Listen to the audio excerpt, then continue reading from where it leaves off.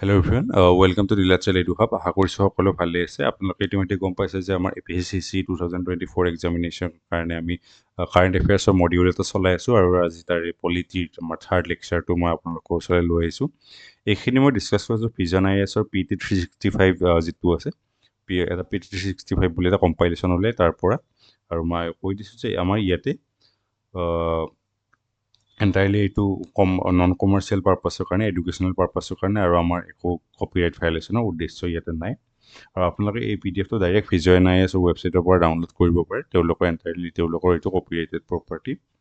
আৰু নেক্সট আমি আগতীয়াকৈ চিটিজেনশ্বিপৰ ফাৰ্ষ্ট আৰ্টিকলটো আগৰ ডিছকাশ্যনটোত আমি ডিছকাছ কৰিছিলোঁ আগৰ লেকচাৰটোত আৰু নেক্সট আজি আহিছোঁ citizenship amendment rule 2024 citizenship rule 2009ৰ এমেণ্ডমেণ্ট হিচাপে আমাৰ এইটো অনা আছে আৰু ইয়াতে কিছুমান এলিজিবিলিটি দিয়া আছে এইখিনি আপোনালোকে নিজেই পঢ়ি ল'ব তো মই এইখিনি ডাইৰেক্টলি ডিছকাছ কৰিব নাযাওঁ চিম্পলহে এইবিলাক নুসুধেও পৰীক্ষাত সিমান নেক্সট আমি 2019লৈকে আহিলোঁ আমাৰ চিটিজেনশ্বিপ এমেণ্ডমেণ্ট এক্ট বহুতখিনি প্ৰতিবাদ হৈছিল অসমত ইয়াতে কি কোৱা হৈছে তিনিখন ৰাষ্ট্ৰৰ পৰা মেইনলি আফগানিস্তান বাংলাদেশ আৰু পাকিস্তানৰ পৰা যিখিনি আমাৰ মাইনৰিটি পপুলেশ্যন আছে তাৰ মাইনৰিটিখিনি আমাৰখিনি নহয় তেওঁলোকৰ যিখিনি মাইনৰিটি আছে হিন্দু শিখ বুদ্ধিষ্ট জেন পাৰ্চী আৰু খ্ৰীষ্টিয়ান ছটা ৰিলিজিয়নৰ তেওঁলোকক ভাৰতৰ যিটো চিটিজেন হ'বলৈকে লাষ্ট ডেট আছে সেইটো এক্সটেণ্ড কৰি 2014 ডিচেম্বৰ 31 কৰা হৈছে আৰু আমাৰ কাৰ আণ্ডাৰত কিছুমান এক্সামশ্যন আছে tribal areas of Assam Meghalaya Tripura Mizoram মানে মেইনলি 6 শ্বেডিউল এৰিয়াখিনি আমাৰ এক্সামশ্যন আছে এইটো মনত ৰাখিব আৰু ইনাৰ লাইন পাৰ্মিট থকা এৰিয়াখিনি অৰুণাচল মিজোৰাম নাগালেণ্ড তো আৰু মেইনলি কি কাটো ক'ত ক'ত বলবৎ নহয় 6 শ্বেডিউলৰ এৰিয়াখিনিত আৰু ইনাৰ লাইন পাৰ্মিট থকা এৰিয়াখিনিত আৰু নেক্সট ইয়াতে আমাৰ কৈছে নেচাৰেলাইজেশ্যন পিৰিয়ড আমাৰ নেচাৰেলাইজেশ্যনৰ থ্ৰুৰে আমাৰ কি চিটিজেনশ্বিপ ল'ব পাৰে ভাৰতত তাৰ কাৰণে এনেই অভাৰঅল পিৰিয়ডটো আছিল 11 বছৰ আৰু কাৰ মানুহখিনিৰ কাৰণে সেইটো 5 বছৰ কৰা হৈছে আৰু নেক্সট OCI কাৰ্ড হোল্ডাৰৰ বিষয়ে আমি পঢ়িম ইয়াতে আমাৰ কিবা কিবি দিয়া আছে পাঁচটা আমাৰ কিছুমান NRI যেনেকৈ আছে তেনেকৈ OCI বুলিও এটা আমাৰ চিটিজেনশ্বিপৰ কেটেগৰী এটা আছে ভাৰতৰ বাহিৰত যিসকল লোক থাকে তেওঁলোকৰ এটা কেটেগৰী কিছুমান স্পেচিফিক কণ্ডিশ্যনৰ ওপৰত ভিত্তি কৰি তেওঁলোকক OCI কাৰ্ড হোল্ডাৰ দিয়া হয় আৰু তেওঁলোকৰ কাৰণে কিছুমান স্পেচিয়েল প্ৰভিজনো আছে তো ইয়াতে 5টা গ্ৰাউণ্ড আছে আমাৰ অভাৰচিজ চিটিজেনছ অফ ইণ্ডিয়াবোৰৰ যিটো আমাৰ সেইটো কেঞ্চেল কৰা তো এইটো আমাৰ কি আছে ফ্ৰড ডিছএফেকশ্যন যদি আপোনাৰ কনষ্টিটিউশ্যনৰ প্ৰতি শ্ব' কৰে সেইটো এটা engaging with enemy alien during war তাৰপিছত ছভাৰেণ্টি ইউনিটি ইণ্টিগ্ৰিটি অফ ইণ্ডিয়াৰ যদি কিবা এটা প্ৰব্লেম আহে তেতিয়া আৰু যদি আমাৰ কি OCI কাৰ্ড যিটো আমাৰ দিয়া হয় তাৰে 5 বছৰৰ ভিতৰতে যদি 2 বছৰতকৈ বেছি সময়ৰ কাৰণে যদি কাৰোবাৰ যদি কনভিক্টেড কৰা হয় কিবা অফেন্সৰ কাৰণে বা চেণ্টেঞ্চ দিয়া হয় তেতিয়াও তেওঁলোকে সেইটো কেঞ্চেল কৰিব পাৰি আৰু ইয়াতে আমি নেক্সট অভাৰচিজ চিটিজেনছ অফ ইণ্ডিয়াৰ বিষয়ে ভালকৈ ডিছকাছ কৰিম এইটো প্ৰথম চিটিজেনশ্বিপ এক্ট 1955 এমেণ্ডমেণ্ট কৰি পেলাই 2005ত কৰা হৈছিল ফৰেইন মিলিটাৰী পাৰ্চনেলবোৰ কি হয় আমাৰ OCI কাৰ্ড হোল্ডাৰৰ কাৰণে এলিজিবল নহয় নেক্সট আমাৰ কি আছে কিছুমান কণ্ডিশ্যন আছে আৰু OCI কাৰ্ড হোল্ডাৰ কোনে নাপাব পাকিস্তান আৰু বাংলাদেশৰ মানুহ যদি কেতিয়াবা আমাৰ চিটিজেনবোৰে OCI কাৰ্ড হোল্ডাৰ হ'ব নোৱাৰে কেতিয়াও আৰু এইবিলাক কণ্ডিশ্যন আছে OCI কাৰ্ড হোল্ডাৰ হোৱাৰ কাৰণে এইখিনি আপোনালোকে মুখস্থ কৰিব বেনিফিট কি আছে OCI কাৰ্ড হোল্ডাৰ হোৱা overseas citizens of India card holder হোৱা তেওঁলোকে লাইফ লং ভিছা পাব ইণ্ডিয়াত NRIৰ দৰে ইকুৱেল কিছুমান প্ৰভিজন ফাইনেন্সিয়েল এডুকেশ্যন আৰু এডুকেশ্যনেল মেটাৰবোৰত একেই প্ৰভিজন তেওঁলোকৰ কাৰণে NRIবোৰৰ দৰে ছেম আৰু acquisition of agricultural land acquisition কৰাৰ ক্ষেত্ৰত তেওঁলোকে কিছুমান স্পেচিয়েল সুবিধা পাব তাৰপিছত আছে ইণ্ডিয়ান চিটিজেনশ্বিপ গ্ৰেণ্ট কৰাৰ কাৰণে তেওঁলোকৰ কিছুমান সুবিধা দিয়া হয় নেশ্যনেল পেঞ্চন স্কিমৰ ক্ষেত্ৰত তেওঁলোকৰ কিছুমান সুবিধা আছে NRIৰ দৰে ছেম আৰু তাৰপিছত আছে কিছুমান ৰেষ্ট্ৰিকশ্যন আছে OCIবোৰে কি কাম কৰিব নোৱাৰে তেওঁলোকৰ কি পলিটিকেল ৰাইট টু ভোট দিয়াৰ অধিকাৰ তেওঁলোকৰ নাই ইণ্ডিয়ান কনষ্টিটিউশ্যনেল পষ্ট যেনে প্ৰেচিডেণ্ট ভাইচ প্ৰেচিডেণ্ট জাজ অফ সুপ্ৰিম কোৰ্ট হাইকোৰ্ট এইবোৰ তেওঁলোকে কেতিয়াও হ'ব নোৱাৰে আৰু তাৰপিছত কি মেম্বাৰ অফ লোকসভা তেওঁলোকে হ'ব নোৱাৰে MLA হ'ব নোৱাৰে MP হ'ব নোৱাৰে তেওঁলোকে আৰ্টিকল 16ৰ আণ্ডাৰত equality of opportunity in matters of public employment নাপায় তেওঁলোকে পাব্লিক ছাৰ্ভিচ যিবিলাক পাব্লিক ছাৰ্ভিচৰ যিবিলাক পজিশ্যন আছে সেইবোৰ তেওঁলোকে নাপায় আৰু কিছুমান স্পেচিয়েল এপ্ৰুভেল লাগে ৰিচাৰ্চ মাউণ্টেইনিং মিছনাৰী এক্টিভিটিৰ ক্ষেত্ৰত তো এইখিনি তেওঁলোকৰ ক্ষেত্ৰত প্ৰব্লেম ৰেষ্ট্ৰিকশ্যন আছে আৰু এইখিনি তেওঁলোকৰ সুবিধা যেনে লাইফ লং ভিজা পাব NRIৰ ক্ষেত্ৰত ছেম সুবিধা পাব ফাইনেন্সিয়েল ইকনমিক আৰু এডুকেশ্যনেল মেটাৰত আৰু একুইজিশ্যন অফ এগ্ৰিকালচাৰেল লেণ্ডৰ ক্ষেত্ৰত inter country adoption of Indian চিলড্ৰেনৰ ক্ষেত্ৰত এইখিনি বস্তু আপোনালোকে মনত ৰাখিব আৰু এইখিনি কি এলিজিবিলিটি আছে এবাৰ চাই ল'ব পাৰে আৰু এইটো বস্তু ভালকৈ মনত ৰাখিব যে পাকিস্তান আৰু বাংলাদেশৰ চিটিজেনে কেতিয়াও OCI কাৰ্ড হোল্ডাৰ হ'ব নোৱাৰে ইণ্ডিয়াত next reservation and affirmative action আমাৰ USA আৰু ইণ্ডিয়াৰ মাজত কম্পেয়াৰ কৰিছে আমাৰ ইণ্ডিয়াৰ এইটো কনষ্টিটিউশ্যনেলি প্ৰভাইডেড আছে USA কনষ্টিটিউশ্যনেলি প্ৰভাইডেড নাই আমাৰ ইয়াতে কোটা ছিষ্টেম আছে ইয়াতে based on diversity equity inclusion সেইখিনি আছে ইয়াতে আমাৰ ছ'চিয়েলি আৰু ইকনমিকেলি বেকৱাৰ্ড মানুহক দিয়া হয় তাতে আফ্ৰিকান আমেৰিকান হিস্পানিক্স এছিয়ান আমেৰিকান তেওঁলোকক দিয়া হয় তো এইখিনি বস্তু আপোনালোকে এবাৰ চাই ল'ব পাৰে সিমান একো ইম্পৰ্টেণ্ট নহয় আমাৰ এতিয়া আপাৰ চিলিং মেক্সিমাম 50% ৰিজাৰ্ভেশ্যন হ'ব পাৰে আৰু USAত একো আপাৰ চিলিং নাই আমাৰ কনষ্টিটিউশ্যনেল আৰ্টিকেল কিছুমান আছে তো তাতে কনষ্টিটিউশ্যনেল প্ৰভিজন নাই কিছুমান লৰ আণ্ডাৰতে ৰিজাৰ্ভেশ্যন আছে সেইটো বস্তু মনত ৰাখিব নেক্সট সুপ্ৰিম কোৰ্টে আমাৰ কি ৰিচেণ্টলি এটা দবিন্দৰ সিং যিটো কেছ আছে তো আপোনালোকে কেছটো মনত ৰাখিব তাতে আমাৰ কি কৈছে যে ছাব ক্লাছিফিকেশ্যন অফ চিডিউল কাষ্টৰ কথা বৰ চলিছে যে আমাৰ চিডিউল কাষ্টটো কি ছাব ক্লাছিফাই কৰা হ'ব বেছড অন ছাবষ্টেঞ্চিভ ইকুৱেলিটি কাৰণ আপোনালোকে দেখা পাব যে আমাৰ কি আমি বহুতে সেইটো কথা কৈ থাকোঁ যে ৰিজাৰ্ভেশ্যন দিয়া হৈছে কিন্তু যিসকলক আচলতে ৰিজাৰ্ভেশ্যন দৰকাৰ আছে তেওঁলোকে নাপায় ওপৰৰ যিখিনি ক্ৰিমি লেয়াৰ আছে যিখিনি ধনী মানুহ আছে বেছিভাগ তেওঁলোকে সেই সুবিধাখিনি লৈ যায় সেনেকুৱা দেখা যায় সাধাৰণতে সেইটো আমাৰ ছাবষ্টেঞ্চিভ ইকুৱেলিটি নহয় কেতিয়াবা দুখী ৰিজাৰ্ভেশ্যনৰ ভিতৰতো কোনোবা ছাপ'জ SC ST কমিউনিটি বা OBC কমিউনিটি তেওঁলোকৰ যিখিনি দুখীয়া আছে তো তাৰে ভিতৰত ধনী আৰু দুখীয়া আছে ধনীয়াখিনিয়ে বেছি সুবিধা পায় দুখীয়াখিনি সিমান নাপায় তো তাৰে ওপৰত বেছ কৰি ছাব ক্লাছিফিকেশ্যনৰ কথা কোৱা হৈছে আৰু ইয়াতে কি কৈছে যে সুপ্ৰিম কোৰ্টে কি কৈছে যিটো আমাৰ ছাব ক্লাছিফিকেশ্যন আছে সেইটো আৰ্টিকল 341 ছেকশ্যন 2 এগেইনষ্টত নহয় বুলি কৈছে আৰু ইয়াতে প্ৰথম আমাৰ দুটা আৰ্টিকেল আছে আৰ্টিকেল 341 ছেকশ্যন 1 ইয়াতে কি কৈছে প্ৰেচিডেণ্টে আমাৰ লিষ্ট এখনৰ জৰিয়তে আমাৰ যিটো চিডিউল কাষ্ট আছে SC আছে তেওঁলোকক স্পেচিফাই কৰিব পাৰে আৰু আৰ্টিকেল 341(2) তাৰে আণ্ডাৰত কি কৰিব পাৰে পাৰ্লিয়ামেণ্টে সেই লিষ্টখন চেঞ্জ কৰিব পাৰে যাতে ইনক্লুড কৰিব পাৰে বা এক্সক্লুড কৰিব পাৰে তাৰ পৰা আৰু এই যিটো প্ৰভিজন আছে ছাব ক্লাছিফিকেশ্যন সেইটো আৰ্টিকেল 341 ছেকশ্যন 2 এগেইনষ্টত নহয় বুলি সুপ্ৰিম কোৰ্টে কৈছে তো এইখিনিয়ে আছিল আৰু আমাৰ কিছুমান জুডিচিয়েল প্ৰনাউন্সমেণ্ট আছে আমাৰ ৰিজাৰ্ভেশ্যনৰ ক্ষেত্ৰত ইন্দিৰা চাহানী কেছ তো আমাৰ ইন্দিৰা চাহানী কেছত কি কোৱা হয় যে ক্ৰিমি লেয়াৰৰ কনচেপ্টটো অনা হৈছিল ফাৰ্ষ্ট জাৰ্নেল সিং কেছতো আমাৰ এইমাত্ৰ এই সুপ্ৰিম কোৰ্টৰ জাজমেণ্টটোৰ দৰে ছেইম কথা কোৱা হৈছে ক্ৰিমি লেয়াৰ কনচেপ্টটো আৰ্টিকেল 342 আণ্ডাৰ এগেইনষ্টত নহয় বুলি কৈছে তো আমাৰ আৰু লগতে আৰু কিবা কিবি আছে সেইখিনি আমি চাই লৈছোঁ এবাৰ তো আমাৰ যিটো ষ্টেটৰ ডিচিশ্যন আছে এইখিনি ক্ষেত্ৰত সেইটো এইটো আণ্ডাৰ জুডিচিয়েল ৰিভিউ আমাৰ জুডিচিয়েল ৰিভিউ কৰিব পাৰে কোৰ্টে ষ্টেটৰ ডিচিশ্যনটো আমাৰ ছাব ক্লাছিফিকেশ্যনৰ ক্ষেত্ৰত আৰু state can sub classify based on inadequate representation যদি কোনোবা এটা কাষ্টৰ ইনএডিকুৱেট ৰিপ্ৰেজেণ্টেশ্যন আছে তেতিয়াহ'লে ষ্টেটে ছাব ক্লাছিফাই কৰি পেলাই ছাপ'জ OBCৰ বহুতকেইটা বেলেগ বেলেগ তাতে ধনী দুখীয়া বেলেগ বেলেগ ক্লাছ আছে তো তাৰে যিখিনি চবতকৈ ডিছএডভান্টেজ আছে তেওঁলোকক বেছি সুবিধা দিব পাৰে আৰু ষ্টেটে কি কৰিব নোৱাৰে ষ্টেট মানে আমাৰ গভৰ্ণমেণ্টে কেতিয়াও 100% ৰিজাৰ্ভেশ্যন দিব নোৱাৰে কোনোবা এটা ছাব ক্লাছক এইটো বস্তু মনত ৰাখিব নেক্সট UCCৰ কথা আছে আমাৰ উত্তৰাখণ্ডৰ UCCৰ কথা খুব চলি থাকে বেকগ্ৰাউণ্ড কি আছে আমাৰ হিষ্টৰিকেল বেকগ্ৰাউণ্ড লেক্স লোকাই ৰিপৰ্ট এটা আছিল প্ৰথম আমাৰ হিন্দু আৰু মুছলিমৰ যিখিনি সেই কৰা আছিল ইউনিফৰ্মিটি কোডিফাই যিটো আমাৰ হিন্দু আৰু মুছলিমৰ ল আছে সেইটো আমাৰ ইউনিফৰ্ম কোডিফিকেশ্যন কৰাৰ কথা কোৱা হৈছিল BN Rao কমিটিত কি কোৱা হৈছিল ইকুৱেল ৰাইটছ টু উইমেনসকলক ইকুৱেল ৰাইটছ দিয়াৰ কথা কোৱা হৈছিল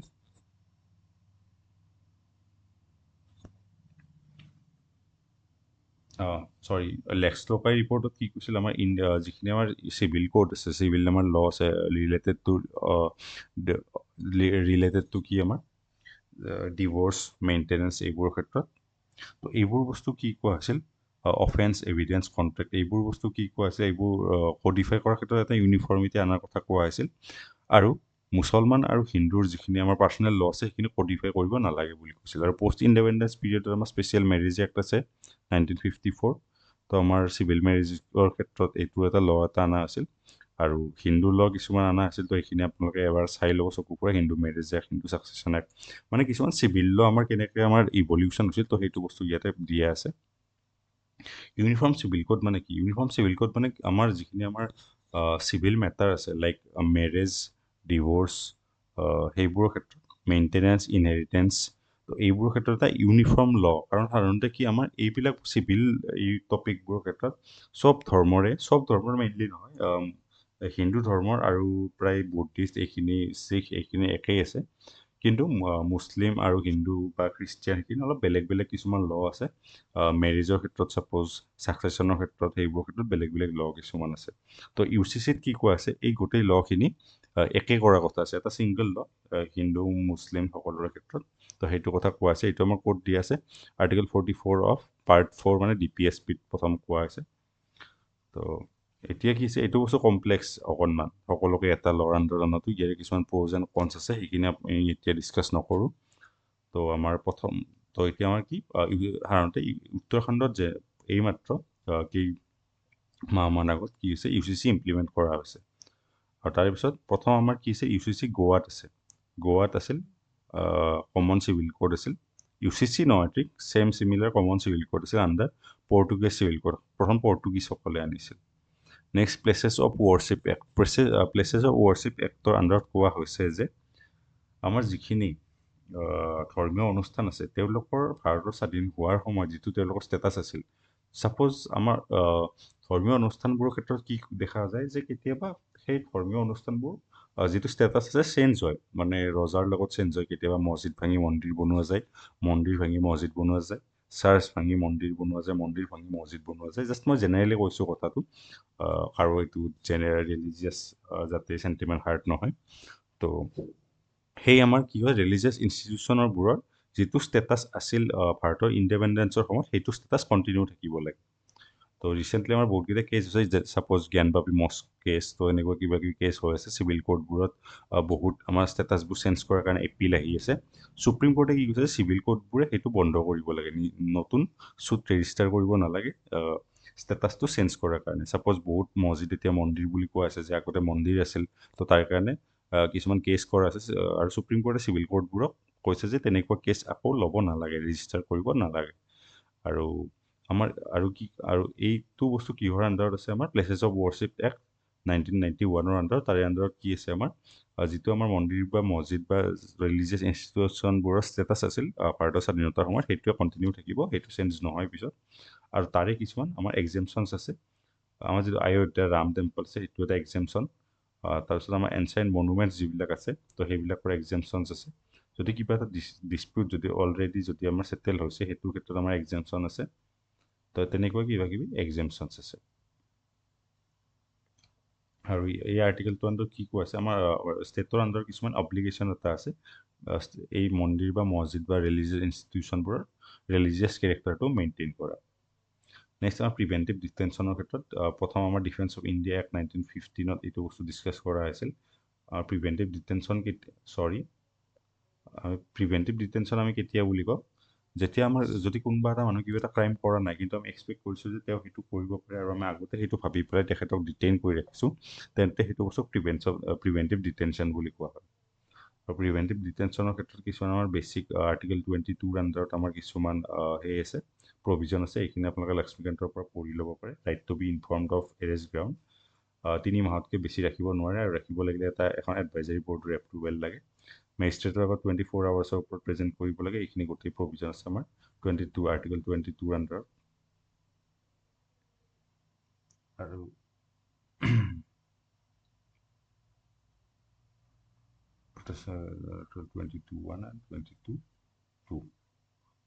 চৰি আমাৰ কি হৈছে যে কনষ্টিটিউশ্যনে আমাৰ প্ৰটেকশ্যন দিয়ে এৰেষ্ট আৰু ডিটেনশ্যনৰ ক্ষেত্ৰত আৰ্টিকেল 22 ছেকশ্যন 1 আৰু 22 ছেকশ্যন 2ৰ ক্ষেত্ৰত কিন্তু এইটো বস্তু আমাৰ প্ৰিভেণ্টিভ ডিটেনশ্যনৰ ক্ষেত্ৰত এপ্লাই নহয় এই দুটা বস্তু right to be informed of arrest of ground এইটোৰ এক্সেপশ্যন এটা আছে আৰু 24 আৱাৰ্ছৰ আগত সেই দুটাৰ আমাৰ এক্সেপশ্যন কিছুমান আছে তো এক্সেপশ্যনবোৰৰ কথা কোৱা হৈছে ইয়াতে আৰু প্ৰিভেণ্টিভ ডিটেনশ্যন ল কিছুমান আছে ইউ এ পি এ আছে কফে পোচা আছে এইটো বস্তু আছে P B M S C A তো এইটো মই ফুলফৰ্মটো মাতি দিয়া আপোনালোকে পঢ়ি ল'ব নেক্সট পাৰ্চনেলিটি ৰাইটছৰ কথা কৈছোঁ যিবিলাক আমাৰ ফেমাছ পাৰ্চনেলিটি আছে আমি আপোনালোকে দেখা পাব কেতিয়াবা যে তেওঁলোকৰ কোনো পাৰ্মিশ্যন নোহোৱাকৈ তেওঁলোকৰ ফটো বা সেইবোৰ আমাৰ এডভাৰটাইজমেণ্টত ইউজ কৰা হয় কেতিয়াবা লোকেল দোকান চোকানৰ পৰা চেলুনত দেখা পাব ছলমান খানৰ ফটো লগোৱা থাকে তো তাৰ ক্ষেত্ৰত আমাৰ পাৰ্চনেলিটি ৰাইট কিছুমান আছে তো আমাৰ দুটা কম্পনেণ্ট আছে এটা ৰাইট টু পাব্লিচিটি আৰু এটা ৰাইট টু প্ৰাইভেচি তেওঁলোকৰ যদি তেওঁলোকৰ নাম লৈ পেলাই যদি আমি কিবা এটা বস্তু পাব্লিছ কৰোঁ তেতিয়াহ'লে আমি কি বস্তু মেইনটেইন কৰিব লাগে আৰু তেওঁলোকক যেতিয়া আমি প্ৰাইভেচি কেনেকৈ মেইনটেইন কৰিব লাগে তো ইয়াৰ আণ্ডাৰত আমাৰ কি ট্ৰেডমাৰ্ক এক্ট আছে ট্ৰেডমাৰ্ক আমি যদি কিবা এটা বস্তু ট্ৰেডমাৰ্ক আছে কাৰোবাৰ সেইটো বস্তু আমি তেনেকৈ ইউজ কৰিব নোৱাৰোঁ কপিৰাইট এক্ট আছে তাৰপিছত ৰাইট টু প্ৰাইভেচিৰ ক্ষেত্ৰত আৰ্টিকেল 21ৰ কথা আহে আৰু পুট টু স্বামী কেছ এইটো বস্তু ইম্পৰ্টেণ্ট যদি আপোনালোকে ৰাইট টু প্ৰাইভেচি কেতিয়াবা কয় ডাইৰেক্ট পুট টু স্বামী কেছৰ কথা মনত কৰিব আৰু আৰ্টিকেল 21 জানে আপোনালোকে right to life and liberty এইখিনিয়ে বেছি ইম্পৰ্টেণ্ট ইয়াতে একো নাই ৰোম কনভেনশ্যনত কোৱা আছে পাৰফৰ্মাৰ্ছ ৰাইট এইবোৰৰ বিষয়ে ট্ৰিপছ এগ্ৰিমেণ্ট আছে উইপো পাৰফৰ্মাৰ এইবিলাক বস্তু আছে আপোনালোকে এনে এবাৰ চাই ল'ব ইমান ইম্পৰ্টেণ্ট নহয় ৰিচেণ্টলি আমাৰ এনিমি প্ৰপাৰ্টি কাক কয় ৰিচেণ্টলি আমাৰ পাৰভেজ মুশ্বাৰফ যে আছে পাকিস্তানৰ ফৰ্মাৰ প্ৰেচিডেণ্ট তেখেতৰ ইউপিৰ এটা প্ৰপাৰ্টি আছে সেইটো নিলাম কৰাৰ কথা কোৱা আছে চেল কৰাৰ কথা এনিমি প্ৰপাৰ্টি কাক কয় যদি কোনোবা এখন দেশে ভাৰতৰ এক্সটাৰ্নেল এগ্ৰেশ্যন দেখাইছিল আগতে তাৰ যিকোনো চিটিজেন বা তেওঁলোকক এনিমি বুলি কোৱা হয় আৰু তেওঁলোকৰ যদি প্ৰপাৰ্টি এনিমি প্ৰপাৰ্টি বুলি কোৱা হয় আৰু custodian of enemy property of India বুলি এটা অৰ্গেনাইজেশ্যন আছে অৰ্গেনাইজেশ্যনে কি নাজানো মই তো তাতে কি হয় under minister of home affairs তেওঁলোকৰ হাতত পাৱাৰ আছে প্ৰিজাৰ্ভ মেনেজ কণ্ট্ৰল বা চেল কৰা এনিমি প্ৰপাৰ্টিবোৰ আৰু এই বস্তু এই গোটেই এনিমি প্ৰপাৰ্টি এই বস্তু আণ্ডাৰ এনিমি প্ৰপাৰ্টি এক্ট আহে এই গোটেই বস্তুখিনি আৰু তেওঁলোকে এনিমি শব্দটো ডিফাইন কৰিছে এনিমি কাক কৈছে যিখন কাণ্ট্ৰি আমাৰ এগেইনষ্টত এক্সটাৰ্নেল এগ্ৰেশ্যন আনিছে বা যুদ্ধ কৰাৰ চেষ্টা কৰিছে ছাপ'জ পাকিস্তান আৰু চাইনা তো তেওঁলোকক এনিমি বুলি কোৱা হয় next right to be forgotten কাক কয় ছাপ'জ মোৰ কিবা এটা বস্তু ইণ্টাৰনেটত আছে মোৰ বিষয়ে ডাটা এটা সেইটো পিছত ডিলিট কৰি দিয়া যদি তাৰ কামটো হৈ গৈছে এতিয়া সেই বস্তুটো ইউজ নকৰা সেই বস্তুটো ডিলিট কৰি দিয়া তো সেইটো বস্তু ৰাইট টু বি ফৰগটেন বুলি কয় right to be forgotten is a part of right to privacy under case Puttaswamy case সেইটো বস্তু ইম্পৰ্টেণ্ট আপোনালোকে মনত ৰাখিব আৰু সেই ৰাইট টু বি ফৰগটেন এটা ইম্পৰ্টেণ্ট আমাৰ ডাটা প্ৰাইভেচিৰ ক্ষেত্ৰত right to be forgotten origin ক'ৰ পৰা ৰাইট টু অব্লিভিয়ন ফ্ৰেঞ্চ জুৰিস্প্ৰুডেন্সৰ আণ্ডাৰত আৰু আমাৰ যিটো ডিপিডিপি এক্ট আছে digital personal data protection act 2023 আহিছিল তাতে আমাৰ এই ৰাইট টু বি ফৰগটেনটো মেনশ্যন নাই এইটো বস্তু মনত ৰাখিব কুৱেশ্যন আহিব পাৰে আৰু ইউৰোপৰ এটা ডাটা প্ৰটেকশ্যনৰ ক্ষেত্ৰত ফেমাছ ল আছে GDPR বোলে সেইটোত আমাৰ ৰাইট টু বি ফৰগটেনটো আছে নেক্সট আমাৰ ইনাৰ লাইন পাৰ্মিটৰ কথা আপোনালোকে শুনা পায় যিসকলে অৰুণাচল বা যাই থাকে তেনেকৈ আমাৰ ইনাৰ লাইন পাৰ্মিটৰ দৰকাৰ হয় ইনাৰ লাইন পাৰ্মিট কি হ'ল নাগালেণ্ডৰ কিছুমান এৰিয়াত inner line permit recently implement কৰা হৈছে তো ইনাৰ লাইন পাৰ্মিট কি এটা অফিচিয়েল ট্ৰেভেল ডকুমেণ্ট এটা ইণ্ডিয়ান চিটিজেনবোৰক লাগে আমাৰ প্ৰটেক্টেড এৰিয়া কিছুমানত যাবলৈকে এটা ট্ৰেভেল ডকুমেণ্ট আৰু জেনেচিছ ক'ৰ পৰা অৰিজিন ক'ৰ পৰা Bengal eastern frontier regulation act of 1873 এক্টখন মনত ৰাখিব ক'ত আমাৰ ইনাৰ লাইন পাৰ্মিট আছে প্ৰথম ব্ৰিটিছে ইণ্ট্ৰডিউচ কৰিছে ইনাৰ লাইন পাৰ্মিট যাতে হিল এৰিয়া আৰু ভেলী এৰিয়াৰ মানুহবোৰ ডিফাৰেণ্টকৈ থাকে আৰু ট্ৰাইবেল কালচাৰবোৰ প্ৰটেক্টেড থাকে তো আমাৰ ইনাৰ লাইন পাৰ্মিটত কোনবোৰ এৰিয়া আছে অৰুণাচল মিজোৰাম নাগালেণ্ড মণিপুৰ আছে আৰু কোনে আমাৰ ইনাৰ লাইন পাৰ্মিট নাপায় NRI সকলে PIO কাৰ্ড হোল্ডাৰ সকলে তো এইখিনি আছে OCI কাৰ্ড হোল্ডাৰবোৰে এইবিলাকে কি হেৰি নাপায় ইনাৰ লাইন পাৰ্মিট নাপায় আৰু প্ৰটেক্টেড এৰিয়া কথা কৈছে প্ৰটেক্টেড এৰিয়া কোনখিনি areas falling between inner line আৰু ইণ্টাৰনেশ্যনেল বৰ্ডাৰ আৰু ইনাৰ লাইনৰ মাজৰ যিবিলাক ঠাই আছে সেইবোৰক আমাৰ inner line permit protected area বুলি কোৱা হয় আৰু ক'ত প্ৰটেক্টেড এৰিয়া আছে Arunachal Pradesh Himachal Jammu and Kashmir Rajasthan Uttarakhand whole of Sikkim Himachal JNK Rajasthan Uttarakhand Arunachal Pradesh এইবোৰ আমাৰ ইনাৰ লাইন পাৰ্মিট আছে চৰি মোৰ অলপমান হাইলাইটাৰটোত কিবা এটা প্ৰব্লেম হৈ আছে সাধাৰণতে ফৰেইনাৰবোৰক আমাৰ প্ৰটেক্টেড এৰিয়াবোৰ ভিজিট কৰিব দিয়া নহয় unless there is an extraordinary reason কিবা এটা এক্সট্ৰা অৰ্ডিনেৰী ৰিজন নহ'লে সাধাৰণতে ফৰেইনাৰবোৰক আমাৰ প্ৰটেক্টেড এৰিয়াবোৰ ভ্ৰমণ কৰিব দিয়া নহয় এক্সেপ্ট চিটিজেন অফ ভূটানৰ চিটিজেনৰ বাদে তো নেক্সট আমাৰ এইখিনি শেষ হ'ল নেক্সট টাইম ফিজিকেল ফেডাৰেলিজিমৰ বিষয়ে অলপমান চাম 7th শ্বেডিউলত আমাৰ সাধাৰণতে বস্তুবোৰ আছে ষ্টেট আৰু চেণ্টাৰৰ মাজত আমাৰ ভাগ কৰা আছে আৰ্টিকেল 246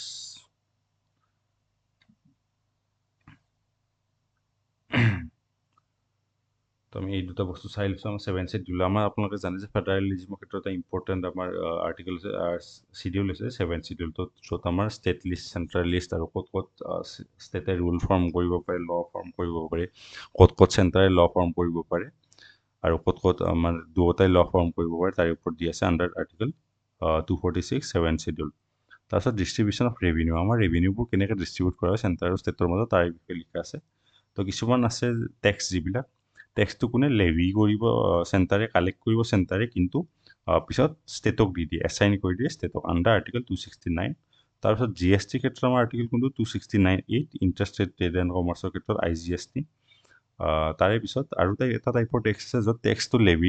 লেভি কৰা হ'ব ইউনিয়নৰ দ্বাৰা কালেক্ট কৰা হ'ব ইউনিয়নৰ দ্বাৰা কিন্তু ডিষ্ট্ৰিবিউট কৰা হ'ব ইউনিয়ন আৰু ষ্টেট দুয়োটাৰে মাজত under article 270 on the recommendation of finance কমিশ্যনৰ তো আমাৰ ইয়াতে আমাৰ ফাইনেন্স কমিশ্যনৰে কিবা আমাৰ প্ৰভিজন আছে সেইখিনি আমি চাম আমাৰ সাধাৰণতে যেতিয়া আমাৰ পইচাটো টেক্সৰ পইচাটো আমাৰ চেণ্টাৰ আৰু ষ্টেটৰ মাজত ভাগ কৰা হ'ব তাৰে দুটা পাৰ্থক্য এটা আছে ভাৰ্টিকেল ডিভলিউশ্যন যে ষ্টেটে কিমান পাব চেণ্টাৰে কিমান পাব 15 ফাইনেন্স কমিশ্যনৰ মতে ইণ্ডিয়াৰ গোটেইবোৰ ষ্টেট লগ হৈ পেলাই টোটেল 41% পাব গোটেইখিনি টেক্সৰ ডিভিজিবল পুল যিটো আছে তাৰে আৰু হৰাইজেণ্টেল ডিভলিউশ্যনত কি কয় যে এমং দ্য ষ্টেটছ আমি এতিয়া 41% টোটেল পুলৰ পৰা আমি ষ্টেটবোৰক দিলোঁ আৰু সেইখিনি এতিয়া কোনখন ষ্টেটে বেছি পাব কোনখন ষ্টেটে কম পাব তো কিছুমান ৱেইট আমি ইউজ কৰোঁ তাৰে কাৰণে বেছড অন ইনকাম ডিষ্টেঞ্চ যে আমাৰ কিমান পিছপৰা ইনকামৰ ক্ষেত্ৰত এৰিয়া কিমান ডাঙৰ পপুলেশ্যন কিমান ডেম'গ্ৰাফিক পাৰফৰ্মেঞ্চ কিমান ফৰেষ্ট কিমান এৰিয়া কিমান আছে তেওঁলোকৰ টেক্স এফৰ্ট কেনেকুৱা তো এইবিলাকৰ বস্তুৰ ওপৰত বেছ কৰি পেলাই আমি বেলেগ বেলেগ ষ্টেটক বেলেগ বেলেগ পইচা দিব তো আপোনালোকে এইকেইটা মনত ৰাখিব এইকেইটাৰ ওপৰত আগতীয়া কুৱেশ্যন আছে কাৰ ৱেইট কিমান পাৰ্চেণ্ট তাৰ গ্ৰেণ্টিন এইড আছে গ্ৰেণ্টিন এইড আমাৰ আৰ্টিকল 275ৰ আণ্ডাৰত যিটো বস্তু ঘূৰাই দিব নালাগে যিটো বস্তু লোন নহয় সেইটোক আমি গ্ৰেণ্টিন এইড বুলি কওঁ আৰু বৰোয়িং আমাৰ আৰ্টিকল 292ৰ আণ্ডাৰত কি চেণ্টাৰে বৰো কৰিব পাৰে আৰু আৰ্টিকল 293 আণ্ডাৰত ষ্টেট গভৰ্ণমেণ্টে বৰো কৰিব পাৰে আৰু এটা কথা কৈ দিছে যে ইউনিয়ন গভৰ্ণমেণ্টে আউটছাইড ইণ্ডিয়াও বৰো কৰিব পাৰে উইদিনৰ outside India outside the country কিন্তু ষ্টেট গভৰ্ণমেণ্টে আউটছাইড ইণ্ডিয়া বৰো কৰিব নোৱাৰে এব্ৰডত বৰো কৰিব নোৱাৰে আৰু যদি ষ্টেটে যদি ইনডেপ্টেড হৈ থাকে ইউনিয়নলৈকে মানে তেওঁলোকে কিবা ধাৰত ফচি থাকে তো তেতিয়াহ'লে তেওঁলোকে কি ফাৰ্ডাৰ বৰিঙৰ কাৰণে প্ৰায়ৰ কনচেণ্ট ল'ব লাগিব ইউনিয়ন গভৰ্ণমেণ্টৰ পৰা তো তেওঁলোকে আকৌ ধাৰ কৰিবলৈ ইউনিয়ন গভৰ্ণমেণ্টৰ পৰা পাৰ্মিশ্যন ল'ব লাগিব আৰু নেক্সট ফাইনেন্স কমিশ্যনৰ কথা আপোনালোকে জানে আৰ্টিকল 280 ষ্টেটিকৰ বস্তু এইখিনি আৰু ষ্টেটাছ অফ ষ্টেট ফাইনেন্স আমাৰ ষ্টেট ফাইনেন্সৰ অৱস্থা কেনেকুৱা ষ্টেটবোৰে অকল 58% অফ দেয়াৰ ৰেভিনিউ এক্সপেণ্ডিচাৰ নিজৰ ৰেভিনিউ চ'ৰ্চৰ পৰা কৰে আৰু বাকীখিনি চেণ্টাৰৰ পৰা আহে আৰু debt to GDP ratio' almost approximately 27.5% আছে তো এইখিনি বস্তু নেক্সট আমি বাকী বস্তুখিনি আমি পিছত ডিছকাছ কৰিম প্ৰথমে এটা বস্তু লাষ্ট ডিছকাছ কৰিছোঁ স্পেচিয়েল কেটেগৰী ষ্টেট ডিমাণ্ড কৰিছে বিহাৰ আৰু অন্ধ্ৰপ্ৰদেশে তো আমাৰ কি স্পেচিয়েল কেটেগৰী ষ্টেট কাক কাক দিয়া হয় যদি কিবা এটা বস্তু জিঅ'গ্ৰাফিকেল বা ইকনমিক ডিছএডভান্টেজত আছে ছ'চিঅ' ইকনমিক ডিছএডভান্টেজ বা জিঅ'গ্ৰাফিকেল ডিছএডভান্টেজত থাকে তেতিয়াহ'লে তাক স্পেচিয়েল কেটেগৰী ষ্টেটাছ দিয়া যায় তো আপোনালোকে দেখা পাব যে যেতিয়া চেণ্ট্ৰেল ছেক্টৰ স্কিম এটা আছে কেতিয়াবা দেখা পাব যে কোনোবাখন ষ্টেটে 60:40 ৰেচিঅ'ত পইচা পায় চেণ্ট্ৰেলে 60 দিয়ে তেওঁলোকে 40% দিব লাগে কিন্তু কিছুমান ষ্টেটত যেনেকৈ অসম বা আমাৰ নৰ্থ ইষ্টাৰ্ণ ষ্টেটখিনি আছে তাত 90:10 ৰেচিঅ'ত হেৰি কৰা যায় স্কিমখনৰ কাৰণে 90% পইচা দিয়ে চেণ্টাৰে 10% দিয়ে ষ্টেটে সেইটো কিয় হয় সেইটো হয় কাৰণ আমাৰ নৰ্থ ইষ্টাৰ্ণ ষ্টেটখিনি স্পেচিয়েল কেটেগৰী ষ্টেট প্ৰথম আমাৰ 1969ত ইণ্ট্ৰডিউচ কৰাইছিল ফিফ্থ ফাইনেন্স কমিশ্যনৰ ৰিকমেণ্ডেশ্যনত আমাৰ এইখিনি কোনখিনি এৰিয়া আছে সেইখিনি আমি পিছত ডিছকাছ কৰিম গাডগিল মুখাৰ্জী ফৰ্মুলাটো ইউজ কৰি আমাৰ সাধাৰণতে পইচাবোৰ ভাগ কৰা হয় আৰু এই SC ষ্টেটৰ কাৰণে আমাৰ কনষ্টিটিউশ্যনত একো প্ৰভিজন নাই স্পেচিয়েল কেটেগৰী ষ্টেটৰ কিছুমান স্পেচিয়েল কেটেগৰীৰ কাৰণে প্ৰভিজন আছে কিন্তু সেইটো স্পেচিয়েল কেটেগৰী ষ্টেটৰ এইটো বস্তু নহয় আৰ্টিকল 371 ক্ষেত্ৰত যিখিনি আছে সেইখিনি কথা বেলেগ আৰু 14th ফাইনেন্স কমিশ্যনৰ ৰিকমেণ্ডেশ্যনত স্পেচিয়েল কেটেগৰী ষ্টেট বৰ্তমান এক্সিষ্ট নকৰে